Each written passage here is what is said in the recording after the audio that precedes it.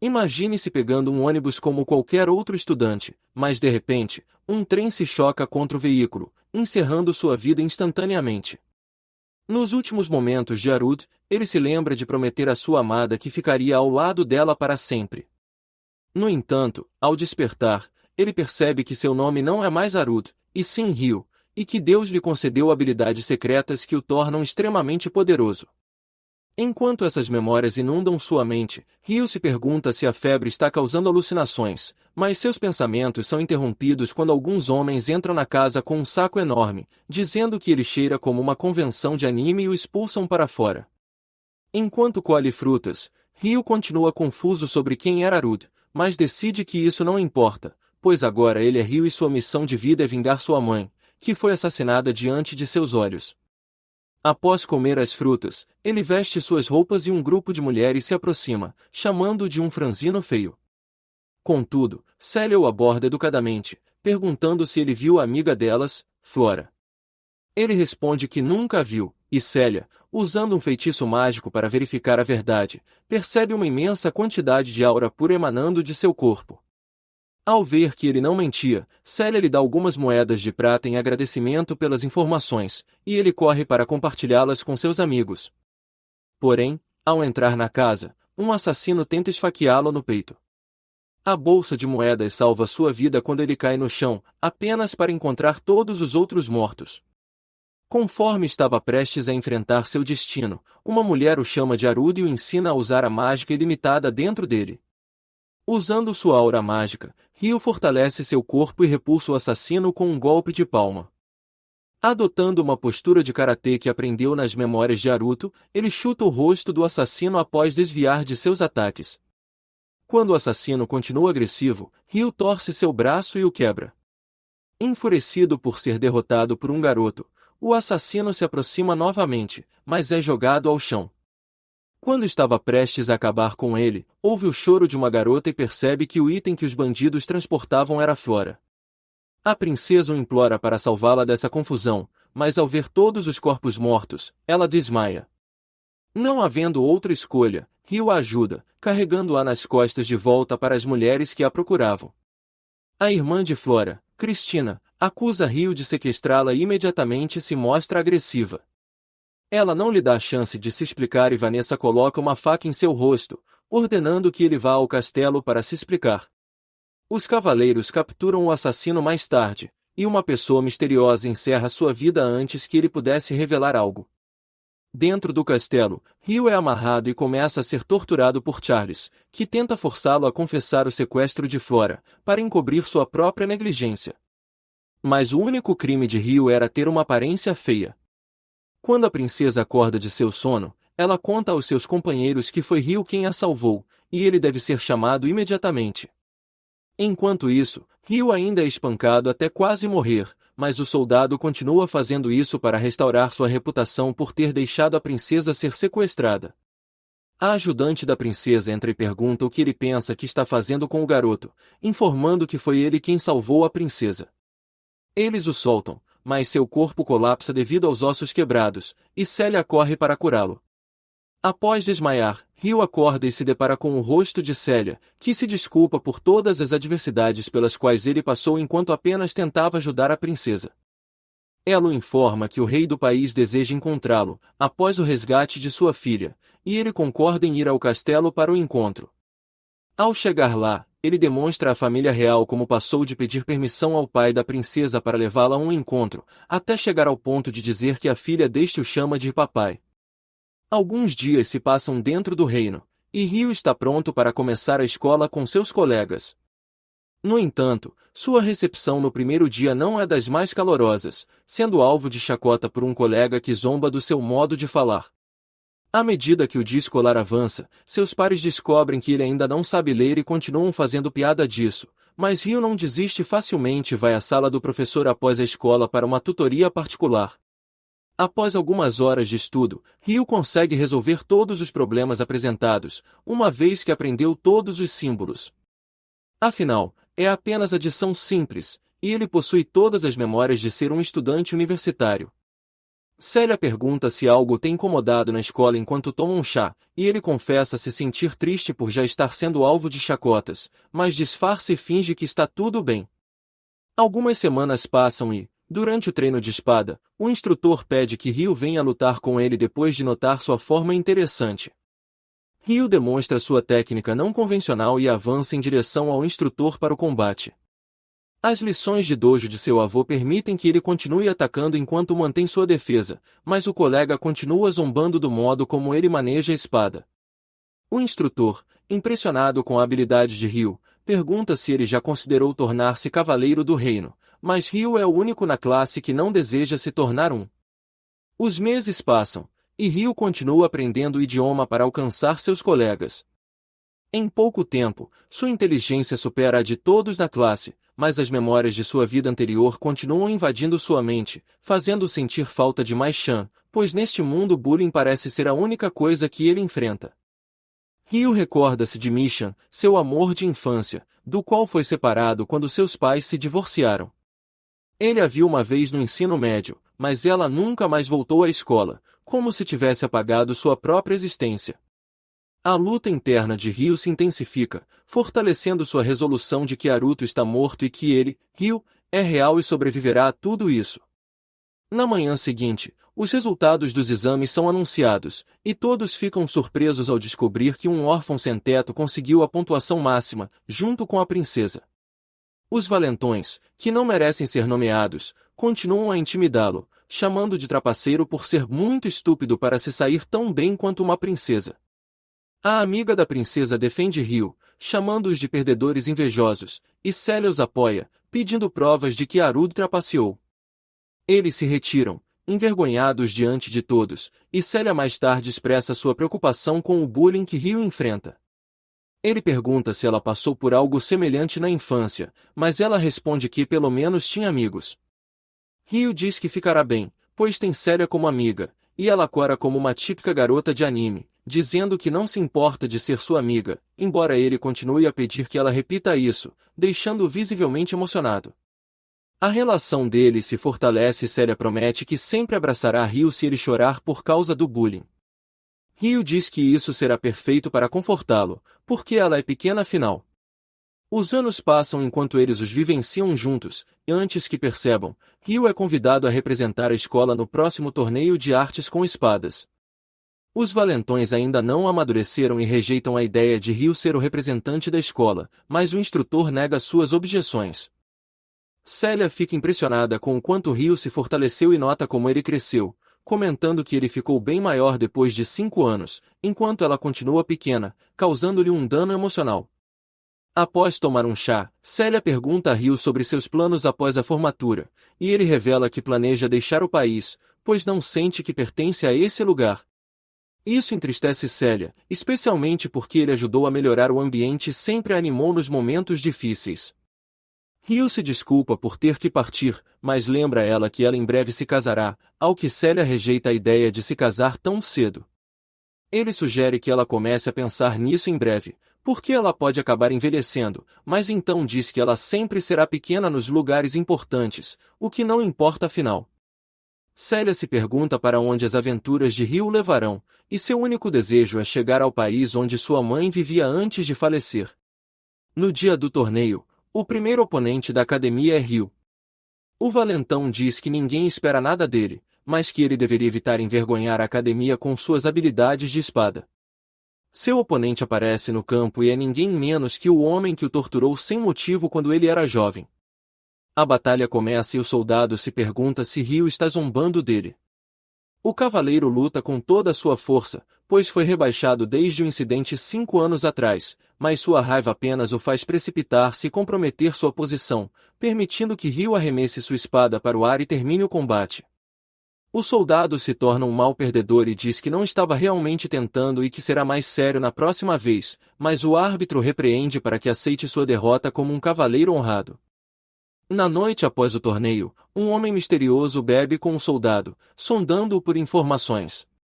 Ele pergunta quem era aquele estudante, já que foi o único a ganhar uma partida enquanto seus colegas foram todos destruídos. O soldado revela que Ryu foi quem salvou a princesa 5 anos atrás, capturando a atenção do homem misterioso. No dia seguinte, Celia está entusiasmada para parabenizá-lo por seu desempenho no combate, mas vê Ryu caminhando em direção a uma mulher que confessa seu amor por ele, fazendo-a questionar seus próprios sentimentos. Durante as aulas, Celia ensina a todos sobre como usar o raio para controlar o poder mágico, mas o valentão aponta que estão aprendendo isso porque Ryu é o único que não consegue controlar suas habilidades mágicas. Apesar de toda a provocação, ele só consegue criar uma pequena esfera de luz, enquanto Celia demonstra à classe que é necessário controlar várias esferas de luz ao mesmo tempo para realmente dominá-la. Ryu fica impressionado com o controle dela e se pergunta por que só consegue copiar a magia dos outros após vê-la. Após a aula, um dos valentões se aproxima de Ryu e o acusa de seduzir mulheres por todos os lugares apenas porque ganhou uma luta. Celia o defende, mas o valentão diz que Ryu também tem flertado com ela, o que ela nega.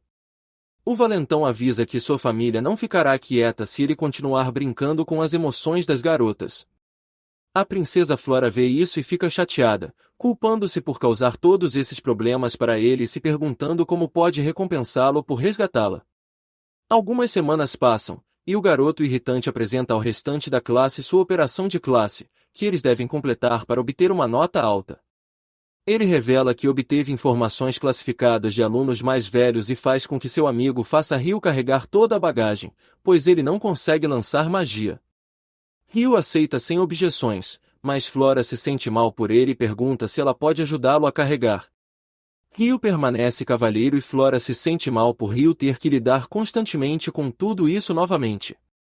Goblins atacam, mas os alunos os afastam sem problemas e zombam de Ryu por ser o único que não fez nada, embora o que eles não saibam é que Ryu foi o único que notou o homem sinistro observando-os. Quando eles chegam ao final do caminho e pensam que terminaram, vem um penhasco gigante antes da linha de chegada. Antes que possam entender a situação, um grupo de orcs surge e lança suas lanças contra eles. Ryu consegue desviar de um dos ataques, mas o valentão é ferido no pé por uma das lanças. O moleque corre em direção a um dos estudantes, que o empurra para longe. Enquanto isso, a princesa Flora é jogada inesperadamente de um penhasco. Ryu, ao perceber o perigo, corre em sua direção com velocidade máxima e mergulha, conseguindo empurrá-la de volta para o penhasco e salvando sua vida. Em outro local, os orcs continuam lutando contra os estudantes, que se agrupam e usam suas habilidades mágicas para eliminar a primeira horda de inimigos, celebrando a vitória. No entanto, Ryu se questiona se poderá se juntar a eles, visto que não sofreu nenhum dano na queda, graças às suas habilidades mágicas misteriosas e concedidas a ele. Os estudantes culpam o moleque por ter empurrado Flora do penhasco, mas ele tenta colocar a culpa em Ryu, inventando uma história para incriminá-lo. Os demais estudantes acreditam na versão do moleque, mesmo com Flora tentando defender Ryu. Ryu percebe que, mesmo com seus desejos de se formar na academia, isso não se concretizará. Enquanto Flora tenta limpar o nome de Ryu, uma enorme besta surge, voando e bloqueando a saída do grupo. Todos os estudantes se unem novamente para usar suas habilidades mágicas, mas o monstro gigante desvia de todos os ataques e derruba suas armas mágicas. Nenhum dos estudantes parece ter chance contra ele. Enquanto fogem para evitar a morte, Flora é a única que fica para trás, tentando curar um colega caído. A besta se aproxima por trás dela, pronta para finalizá-la, mas Ryu aparece no último segundo, cortando a criatura com sua habilidade mágica. Ele aumenta sua velocidade e agilidade, permitindo que ele ataque o monstro e desvie de todos os ataques. O monstro salta para o céu, preparando um golpe forte, mas Ryu desvia e continua seu ataque, segurando o monstro à distância. Ryu para todos os golpes que vêm em sua direção. Os outros estudantes se reúnem para garantir que Flora esteja bem, mas Ryu se afasta da situação para evitar que descubram que ele ainda está vivo. Um homem sinistro observa de cima, achando o desenvolvimento interessante e comentando que nunca viu uma criança usando as artes espirituais secretas. Mais tarde naquela noite, Celia vai ao encontro do reitor, mas o ouve conversando com os pais do moleque. O reitor reconhece que Ryu provavelmente não fez nada de errado, mas decide colocar toda a culpa nele para salvar a reputação da família real, mesmo que isso signifique acusá-lo falsamente. Durante a noite, Célia se preocupa que nunca mais verá Rio, mas ele bate à sua porta e entra sorrateiramente. Célia corre em direção a ele, abraçando-o e dizendo quanto estava preocupada. Ela conta sobre a acusação falsa que colocaram sobre ele, mas Rio entende que ninguém reconheceria sua verdade, pois ele é apenas um órfão sem lar. Ele agradece a Célia por sempre estar lá por ele e diz que ela era a única pessoa para quem ele queria dizer adeus antes de ir para a terra natal de seus pais. Mesmo que sejam separados, Rio diz a ela que enviará cartas sob o nome de Aruda e se levanta para partir. Célia pergunta se eles se encontrarão novamente, e ele promete que voltará por ela. Ela deseja uma viagem segura a ele e chora enquanto espera pacientemente por todas as suas cartas. Durante essa noite, o pai do moleque ordena a uma garota chamada Latifa que encontre Rio e o mate, não importa quão longe ele esteja. Rio atravessa o país em velocidades incríveis, pulando sobre qualquer monstro que esteja em seu caminho. Após 3 dias de longa viagem, ele chega ao reino de Galar, onde a notícia de seu crime ainda não chegou. Uma garota misteriosa o segue, e ele sente que algo está errado na cidade. Dentro da cidade, um chefe pergunta se ele gostaria de experimentar algum dos pratos de massa que foram inventados por Lelouch, e Rio, surpreso, questiona como a massa chegou ao seu mundo com o mesmo nome. Rio paga por uma tigela, degustando o prato e se perguntando se essa pessoa é do mesmo mundo que Arud. Após perguntar ao homem onde poderia comprar mais macarrão em sua viagem, o homem o direciona para a sede da guilda. Uma empregada se aproxima dele, apresentando-se como loteamento e cuidando de todas as suas necessidades ao longo do dia. Rio envia uma carta para Célia, dizendo que não poderá se comunicar por um tempo, pois estará viajando pela floresta. Ao deixar a cidade, a garota loira chama loteamento de Lelouch, mas loteamento pede que ela mantenha sua verdadeira identidade em segredo. Rio continua correndo pela floresta até encontrar uma criança deitada no meio do caminho. Ele se abaixa para verificar se ela está bem, mas ela se vira e lança um dente envenenado em sua direção, quase o deixando inconsciente antes que ele neutralize o veneno. A garota gato avança em sua direção em velocidades vertiginosas, e ele mal consegue desviar de seus golpes enquanto ativa seus aprimoramentos físicos. A velocidade dela se multiplica à medida que ela também encanta sua capacidade física e lança-se em sua direção com um punhal, mas ele continua afastando-a e desviando. Ele embainha sua espada e usa suas habilidades marciais superiores para derrubá-la, segurando sua faca em seu pescoço, mas ela começa a chorar e diz que não quer morrer. A garota começa a chorar por sua mãe, e ele a deixa inconsciente com suas artes espirituais. Depois de amarrá-la, ele percebe que um colar de submissão foi colocado nela e se pergunta se poderia dissolvê-lo com a magia que aprendeu. Ele ativa a magia de dissolução com a mão, e o colar se quebra. Dentro das memórias de Latifa, ela lembra de estar no mesmo ônibus e morrer após o acidente. Latifa acorda com o moleque a intimidando, dizendo que ela se tornaria sua irmã obediente e o chamaria de irmão estimado. Ela recusa, então ele choca sua mente e a força à submissão. Ela acorda de seu pesadelo maléfico, e Rio diz a ela que, se ela quiser viver, não deve tentar resistir. Rio a questiona e pergunta quem deu a ela o colar de submissão. Latifa começa a chorar, finalmente percebendo que o colar foi quebrado e que ela está finalmente livre. Rio a conforta, e Latifa conta que nunca soube o nome de seu mestre, mas diz que seu irmão era chamado Stuart, e Rio percebe que o moleque foi quem a enviou atrás dele. Rio pergunta a Latifa se ela ainda pretende matá-lo, mas ela diz que não o prejudicará. Depois de libertá-la, Rio diz que ela é livre para fazer o que quiser e que deveria se afastar dele para encontrar abrigo em um dos reinos. No entanto, enquanto ele se afasta, Latifa continua seguindo e pergunta se ela poderia acompanhá-lo, mas Rio adverte que ela deveria ter cuidado com uma pessoa que acabou de tentar matá-lo. Rio expressa sua desconfiança em relação a Latifa, porém, ela responde que ele pode colocar a coleira nela se quiser, pois tem mais medo de ficar sozinha. Relutantemente, Rio concorda em levá-la consigo e finalmente descobre que o nome dela é Latifa. Eles partem juntos em sua aventura. Depois de um tempo, Rio prepara macarrão para Latifa, que reconhece como espaguete. Ele se pergunta como ela poderia saber o outro nome para a massa, e ela conta que costumava comê-lo, ou pelo menos pensa que sim. Ao ouvi-la chorar durante a noite, Pedindo para voltar para casa, Ryu percebe que Latifa deve ser do mesmo mundo que Haruto. Ele a conforta durante o sono, e ela acorda ao lado dele, percebendo que ele se parece com o cara que estava com ela no ônibus. Após acordar, Ryu permite que ela o chame de Onchan para confortá-la. Após algumas semanas de viagem, eles conseguem chegar à árvore gigante que Ryu estava buscando, mas Latifa não consegue vê-la. Eles adentram a floresta e passam a noite na natureza. Os pesadelos de Latifa a assustam durante toda a noite, então Ryu usa suas artes espirituais para fazê-la se sentir melhor novamente. No entanto, após isso, um grupo de 3 meninas aparece em seu esconderijo e começa a atacar Ryu. Elas descobrem Latifa dormindo com as artes espirituais ao redor dela e assumem que Ryu a sequestrou, sem ouvir o que ele diz. Elas o prendem e o deixam inconsciente com um fluxo de eletricidade, levando-o como prisioneiro. Enquanto flutua dentro da dimensão mágica, Ryu se pergunta quem é a garota deitada à sua frente, mas ela também não sabe sua própria identidade. No entanto, ela sabe sobre a verdadeira identidade de Ryu, dizendo que seu nome verdadeiro é Haruto. Ela revela estar ligada a ele e pertencer somente a ele. Logo depois, ela desaparece, e uma voz implora para ele acordar. Ao acordar, Latifa corre e o abraça, chorando. Um ancião da vila vem pedir desculpas pela forma como trataram, e todas as garotas se ajoelham para se desculpar. Após libertá-lo das correntes, o ancião explica que ele se encontrará com os outros anciãos da vila no dia seguinte, mas deixa-o descansar durante a noite.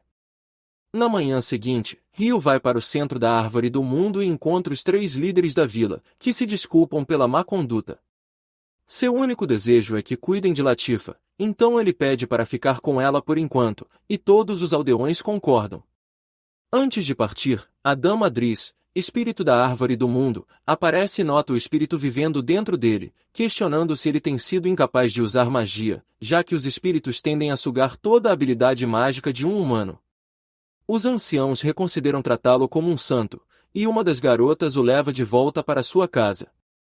Latifa mostra empolgada a nova casa para Ryu, e uma das garotas pergunta em qual quarto ele quer que eles durmam, revelando que os 3 vão morar com Ryu. Úrsula confessa que foi ideia dela terem vivido juntos, o que ajudará Ryu a aprender sobre as tradições da vila e permitirá que Latifa faça amigos íntimos que possam cuidar dela. Ryu aceita a proposta felizmente e deseja que vivam felizes juntos. Ao longo dos meses, Ryu aprende a magia espiritual da vila e passa seu tempo aprendendo sobre a cultura local, seja trabalhando na agricultura, consertando metal ou treinando com os habitantes. Um ano se passa até que o grandioso festival espiritual se aproxime. A Dama Driz aparece para dar início ao festival, enquanto ao longe um grifo carrega 2 homens para dentro de uma caverna de dragões.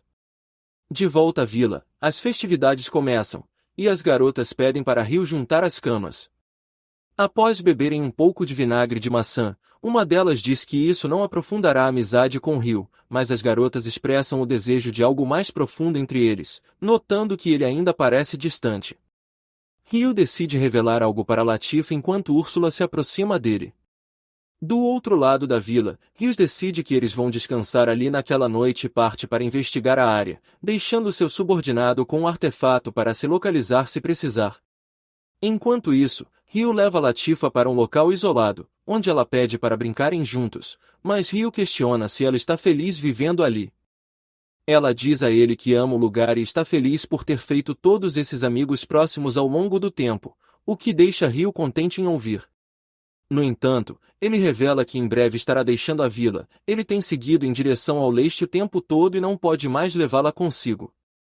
Latifa corre chorando, e Lady Dassas adverte os aldeões sobre a iminente presença de todos os Vivern, enviando um exército de mulheres feras para descobrir o motivo de seu agrupamento.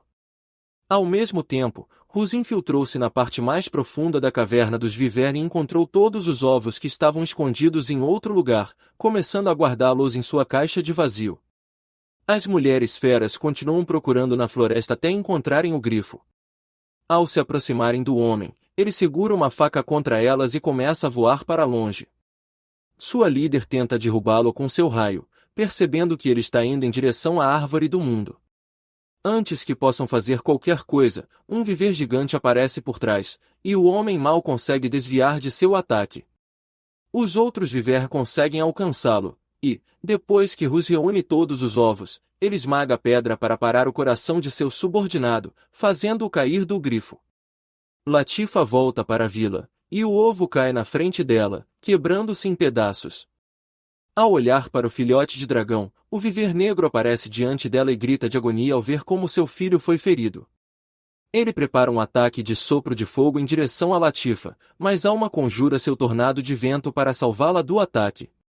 Ela convoca seu familiar besta e tenta enfrentar o viver negro sozinha, mas seus golpes de martelo não têm efeito, e ela é arremessada de volta em direção à árvore. Assim que se recupera, o viver aniquila seus familiares bestas com um sopro de fogo, e Latifa tenta distrair o dragão para comprar um pouco de tempo para a Alma.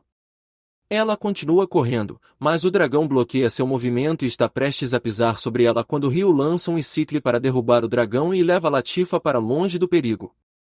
Ele salta novamente em direção ao dragão e usa suas novas técnicas espirituais para esmagar o viver negro com as mãos nuas. O viver prepara seu sopro de fogo infernal final, mas Ryu lança sua esfera de vento em direção ao dragão para evitar seus movimentos. No entanto, teve pouco efeito, então Ryu continua lançando sua habilidade Giga Inferno na boca do dragão e fecha sua mandíbula, fritando seu cérebro instantaneamente. Após ver a derrota de seu líder, os demais viver recuam. Todas as garotas ficam chocadas por ele ter derrotado o viver negro sozinho, e Latifa o abraça em agradecimento por tê-la salvado. Na manhã seguinte, ela pede desculpas pela forma como reagiu, dizendo que já sabia que esse dia chegaria, mas estava com medo de que ele quisesse se livrar dela. No entanto, Ryu a conforta, dizendo que nunca iria querer se livrar de sua irmãzinha. Então, ele revela o verdadeiro motivo de estar viajando para o leste, em direção à região de lá, seus pais costumavam viver, então ele quer finalmente chegar lá. Esta é a primeira vez que Latifa aprende algo sobre ele, então ela decide revelar algo sobre si mesma também. Antes de nascer neste mundo, ela havia morrido antes e reencarnado de um lugar chamado Japão. Ryu acredita nela, dizendo que ele era do mesmo tipo de pessoa que ela, e deseja que ele tivesse revelado a verdade sobre sua situação desde o início, mas estava preocupado por estar se apegando a arrependimentos daquela época. Ela se pergunta se esses arrependimentos ressurgiram, e Ryu confessa que estaria mentindo se não tivessem, mas ele jurou se tornar forte neste mundo para compensá-los. Ela promete que também se tornará mais forte por ele e que estará esperando até o dia de seu retorno. Uma semana depois, Ryu se prepara para partir, e o líder anão lhe concede uma espada e uma capa feitas do viver negro, dando-lhe a habilidade de ocultar seus poderes. Apesar de a capa parecer fina, ela tem o maior valor de defesa de todas as capas neste mundo. Todos lhe dão presentes, e, embora Ryu não saiba como carregá-los todos, o ancião final lhe dá uma bolsa de espaço-tempo, um item de tesouro nacional, agradecendo-o por salvar sua vila. Com seu novo espaço-tempo, Ryu guarda todos os presentes e promete que virá correndo se eles precisarem de ajuda. Todas as garotas desejam uma viagem segura para ele, e Latifa corre para abraçá-lo. Ele se prepara para partir e começa a voar, mas Latifa começa a chorar. Após 2 semanas espreitando na vila, Ryu não encontrou nenhuma pista sobre sua mãe ou pai, então ele decide se encontrar com os aldeões. 2 das garotas o cumprimentam enquanto regam as plantas, mas quando seu o vê, sente água saindo de um tipo diferente de jarra. Ela o leva para a casa de sua avó, e Yuba se pergunta se ele é de um país diferente pelo estranho traje que está usando. Ryu revela que viajou pelas terras para finalmente chegar ali, e enquanto preparavam o jantar, ele explicou que sua família costumava viver ali, seus nomes eram Zen e Yami, o que choca a avó. Ela pede a Ryu e a Seu que saiam para que possam conversar em particular e pede a Ryu mais detalhes. O único que Ryu sabia sobre seus pais era que seu pai falecera antes que ele pudesse conhecê-lo, e sua mãe foi assassinada quando ele tinha 5 anos. Sua meta de vida sempre foi chegar a esse lugar depois que sua mãe fez essa promessa, e tudo o que ele queria era fazer uma sepultura para eles em sua terra natal. Ao perceber sua semelhança com eles, Yuba descobre que ela era a mãe de seu pai. Ela agradece por ele ter vindo, mas diz que já fizeram sepulturas para eles. Então, ela o leva aos locais de sepultamento. Ryu se ajoelha, deixando seus pais saberem que finalmente chegou lá enquanto presta seus respeitos. Sua avó explica que ambos tiveram que escapar do país secretamente, mas ela não pode ser a pessoa a expor a verdade sobre eles. No entanto, se ele estiver disposto a ficar ali com ela, ele pode aprender mais sobre eles. Seu único parente agora é Rory, que acontece ser prima de Rio, e em Alabama, você sabe o que isso significa. Ela se afasta e diz a ele para aproveitar sua paz ali. Na manhã seguinte, Rio acorda cedo para começar a ajudar, mas o desenvolvimento de Alabama começa mais cedo do que o esperado.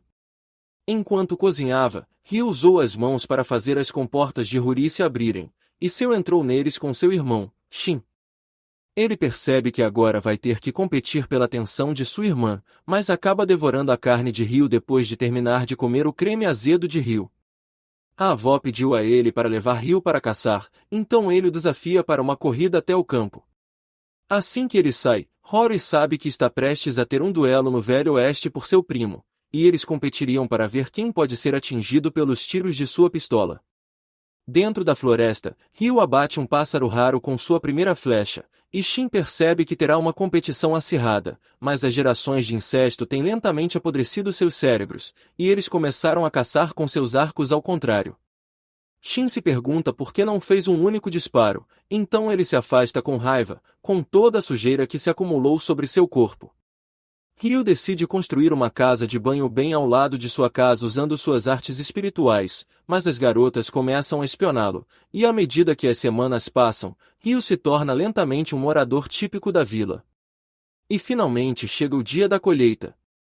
Um grupo de homens começa a gritar por ajuda, e do outro lado da vila, 3 homens ameaçadores pensam que Rory e Seu se transformaram em mulheres bonitas.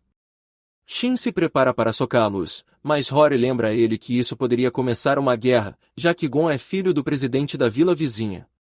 Ela pergunta a Gon por que ele está na vila delas, então ele diz que quer ficar na casa de Rory à noite, já que pode ser o marido dela um dia. Shin grita para ele sair logo e avança para socá-lo, mas Gon bloqueia seu golpe e o estrangula com uma única mão. Yuba aparece e pede a ele que solte Shin. Ela pede desculpas em nome dele e permite que Gon fique dentro de uma cabana de hóspedes, desde que não saia dela. Ao se afastar, Gon percebe Ryu e acha que ele é feio, então tenta tripá-lo. Ele precisa de leite, diz Yuba.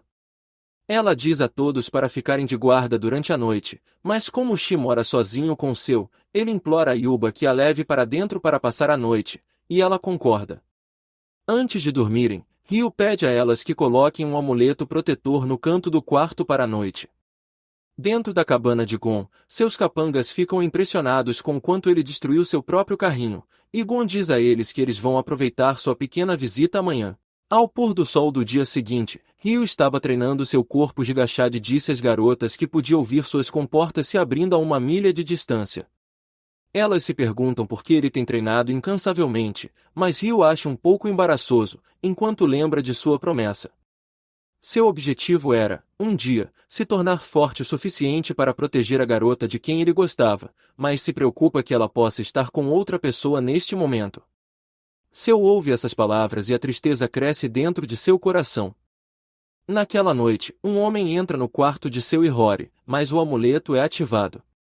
Ele começa a tapar a boca de Rory, e quando Seu está prestes a gritar por ajuda, Gon ameaça machucar sua amiga. No entanto, seus capangas são espancados, e ele vê Gon em cima de Rory, lembrando do modo como sua mãe foi assassinada. A raiva de Ryu cresce, e enquanto Gon corre em sua direção, Ryu virou-o com um único golpe, lançando-o para fora. Ele pisou em seu pescoço e começou a socá-lo repetidamente no rosto. As garotas imploraram para ele parar e os outros homens da vila vieram intervir antes que ele tirasse a vida de Gon. Yuba percebeu que Gon estava prestes a agredir as garotas e Ryu se afastou como um líder.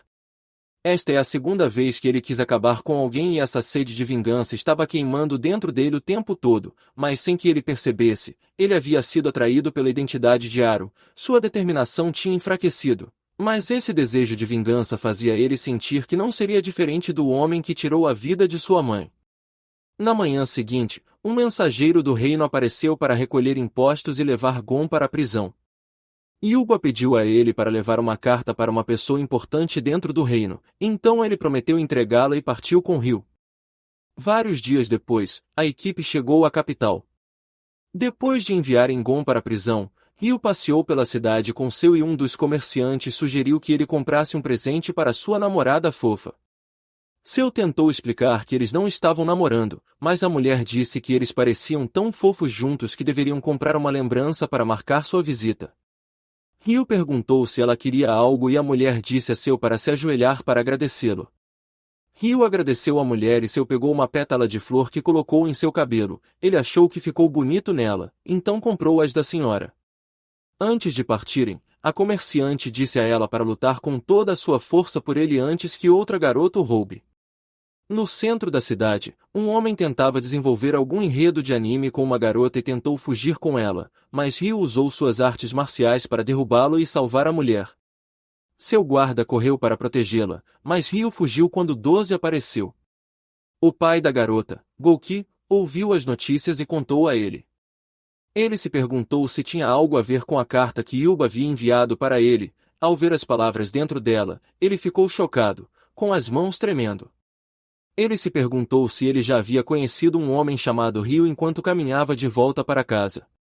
O homem cumprimentou Ryu e pediu um momento de seu tempo. Dentro de sua casa, eles revelaram que conheciam sua mãe, a antiga princesa desta nação, há 20 anos. Seu reino estava em guerra e seu pai era o maior soldado que já comandou as forças aliadas. Vendo seu talento, o rei o encarregou da proteção de sua filha e, em pouco tempo, ele mostrou a ela sua lendária Excalibur. Mas a paz deles não durou e quando as negociações de paz começaram, o reino oposto solicitou a execução do pai de Ryu e que sua mãe se casasse com o príncipe deles. Essas circunstâncias repugnantes foram o motivo pelo qual seus pais fugiram e o rei não pôde fazer nada além de assistir sua filha escapar de casa. Gouki implorou a Ryu para conhecer o rei e a rainha desta nação, seus avós maternos. Ryu reflete sobre isso e concorda. Na manhã seguinte, o rei e a rainha ficam chocados ao finalmente conhecerem seu neto e pensam que ele se parece muito com sua mãe. Ryu sente que a rainha se parece muito com sua mãe e fica feliz por finalmente poder reinvestir na sua linhagem familiar.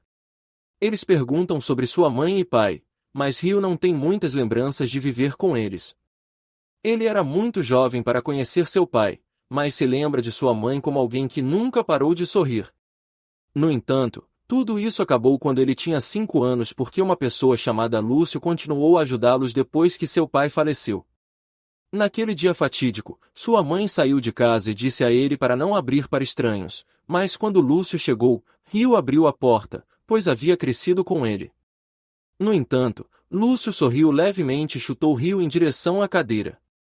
Existem cobras se disfarçando de humanos neste mundo, revelou o homem, e sua mãe veio ver como ele estava machucando seu filho. Ele agarrou a ela e a esfaqueou. Essa foi a última lembrança dele e dela, e ele começou a viver nos bairros pobres até os 7 anos. Independentemente do que aconteceu, ele nunca será capaz de perdoar Lúcio, mesmo que a vingança não traga sua mãe de volta. Com as mãos, ele promete acabar com o homem. Seu avô entende sua determinação, mas deseja que ele treine por um tempo sob Gouki, o guerreiro mais forte de toda a nação, e espera que isso prepare para sua luta contra Lúcio. Dentro da mansão, ambos se preparam para lutar um contra o outro, e Ryu se lança contra seu oponente para atacar, mas Gouki desvia no último momento, e eles se chocam um contra o outro. Nenhum dos golpes de Gouki consegue perfurar suas defesas, então ele prepara um ataque de energia mágica. Essa é sua técnica secreta, o primeiro corte de ar da lâmina. Ryu defende com sua magia da água, cegando seu oponente para correr para frente e encerrar o combate. O rei fica impressionado e pensa que o treinamento não será necessário afinal, mas Ryu agradece por sua consideração e espera um dia apresentá-los a sua prima. Todos eles voltam para sua vila, mas quando Huri se pergunta para onde Ryu foi, Seiyu aponta na direção do túmulo de sua família. Para Ryu continuar vivendo, ele não pode mais fugir, então ele promete aceitar o que há de feio dentro dele para proteger aqueles que ele ama. Quando as estações começaram a mudar, Ryu entendeu que precisava deixar a vila em breve, mas não sabia como dar a notícia a Saio. Então, quando a primavera chegou, Ryu se aproximou dela enquanto ela plantava arroz e corrigiu sua técnica, dizendo que deseja que ela seja responsável por supervisionar todos enquanto ele estiver fora. Essas palavras a chocam e ela se pergunta o que ele quer dizer com partir, então ele diz a ela que vai deixar a vila durante o outono. Ele não sabe se vai voltar regularmente, mas notou as lágrimas caindo de seus olhos depois que ela terminou de plantar arroz naquele dia. Ela desabou em casa e Shin viu sua irmã chorar. Ele perguntou se algo aconteceu e se perguntou se foi Ryu quem a fez chorar. Ela disse a ele que ele não fez nada de errado, mas está triste porque ele vai deixar a vila em breve. Depois disso, Shin tentou animar sua irmã trazendo presentes para ela, mas tudo o que ela conseguia pensar era em como se tornar mais forte para poder acompanhar Ryu em sua jornada. Durante o dia, ela trabalharia e observaria, e à noite ela praticaria suas técnicas de esgrima só para ficar um pouco mais forte. Logo, o festival anual finalmente chegou, mas enquanto todos estavam aproveitando o tempo juntos, Seiyu pediu um momento a sós com ele. A verdadeira razão pela qual ela o chamou ali era para confessar seus sentimentos e dizer que está apaixonada por ele. Essas palavras deixaram Ryu sem palavras, e ele se desculpou dizendo que não pode retribuir seus sentimentos. Ela pergunta se é porque eles não são parentes, mas ele diz que é principalmente porque ele vai deixar a vila em breve. Ela implora para que ele a leve com ele, revelando que tem trabalhado todos os dias por 6 meses para não atrapalhá-lo. Ela está disposta a fazer qualquer coisa, até mesmo reencarnar como sua irmã, mas Ryu diz a ela que mesmo que ela faça todas essas coisas, ela ainda é feia. Essas palavras esmagam Seiyu e ela começa a chorar, mas ela segura sua mão e implora para que ele fique perto dela. No entanto, Ryu pede desculpas e se afasta. Ela continua chorando e Ryu percebe a presença de Shin e se desculpa pela maneira como tratou sua irmã. Eventualmente, o dia de sua partida chegou e Ryu estava pronto para partir ao amanhecer por causa de sua longa viagem. Antes de deixar a vila, ele viu Seiyu esperando por ele na saída. Gouki se aproximou dela e perguntou se ela amava Ryu o suficiente para abandonar sua própria vila. Seiyu hesitou, mas disse que faria qualquer coisa para ficar com Ryu. Então, antes de partir, ela desejou que ele cuidasse de si mesmo e prometeu que ia trabalhar muito e se tornar mais forte até ele voltar. Ela o acenou e o Sr. Steel, o irmão dela, acenou com a cabeça para Shin e partiu. Era o 999º ano da Era Sagrada e Ryu finalmente chegou à Árvore do Mundo. Latifa correu para abraçá-lo imediatamente durante o jantar. Ele lhes contou sobre a família que conheceu e todas as coisas que aprendeu sobre sua origem. Os anciãos se perguntaram quanto tempo ele vai ficar aqui, e Ryu revelou que será apenas por mais 4 minutos deste resumo porque a vila deles é a parte mais entediante da série. Deixa pra lá, esta se tornou a parte mais cheia de enredo da história. As garotas se perguntam por que 02 está deitado em cima dele e Latifa se pergunta como ela está neste anime, mas Ryu não tem ideia. Então ele pergunta como ela veio parar aqui. A garota abre os olhos e diz que é um espírito, aquele que fez um pacto com Harudo. Ela se senta em sua cama, mas todas as suas memórias parecem ter sido apagadas. Ela não tem memória de nenhum dos momentos em que estiveram juntos e nem mesmo sabe seu próprio nome, mas quer que ele a nomeie. Ela diz a ele que existe para ele, chamando-o de Harudo. As garotas se perguntam por que ela tem chamado ele de Harudo e Ryu tenta ganhar tempo para inventar uma desculpa. Ele tenta dizer a ela para chamá-lo de Ryu, mas ela começa a se comunicar telepaticamente com ele e diz que sabe tudo sobre ele, até o número de espermatozoides circulando a qualquer momento, porque vai sugá-los.